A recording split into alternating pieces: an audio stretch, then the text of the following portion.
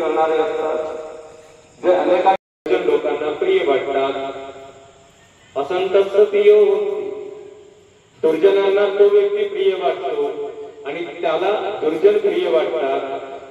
अशा दुर्जनांनी दुष्ट असलेल्या लोकांचा पराभव क्षणाक्षणाला होत असतो।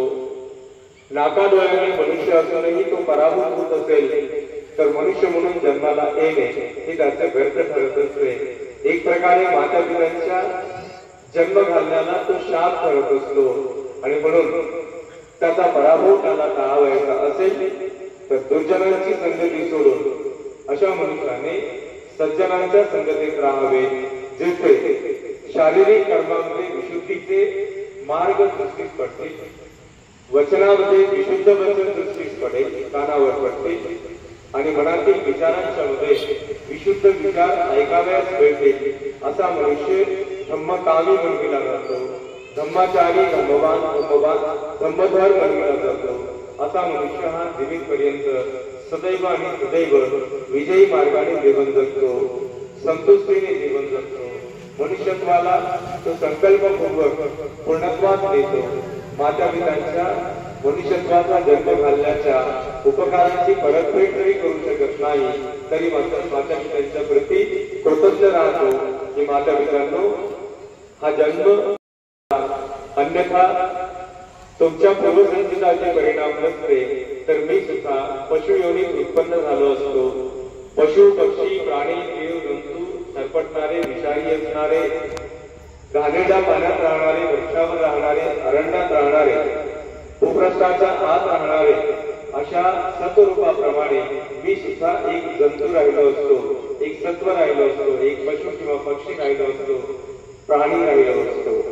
माता पित्यांच्या प्रती कृतज्ञ राहतो आणि आपल्या जीवनातील सर्वात मोठा विजय असा मनुष्य साध्य करतो।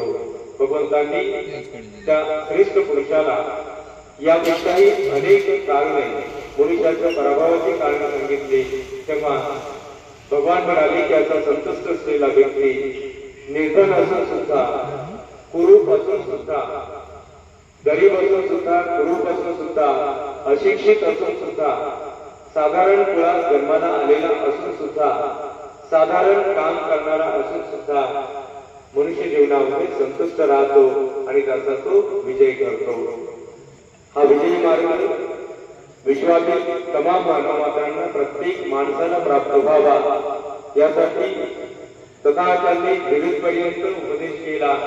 भगवंतांचा हा उपदेश गेल्या 2500 वर्षांपासून आपण सातत्याने मानवमात्रांच्या रुजविण्याचा प्रयत्न करतो। आपणाला तो प्राप्त झाला ही मनुष्यत्वाची आपली असणारी धन्यता धम्मचारी बनून धम्म मार्गाचे आचरण करत करत धम्मवान धम्मधर बनून आपणाला यशस्वीरित्या जगण्याचा मार्ग मिळो अशी मंगल कामना तुम्हा सर्व उपस्थित जणांच्या प्रती, विश्वातील तमाम मानवमात्रांच्या प्रती, सृष्टीतील सबंध सत्वरूपांच्या प्रती सर्वांचे मंगल हो, सर्वांचे कल्याण हो, सर्वांचे जय हो।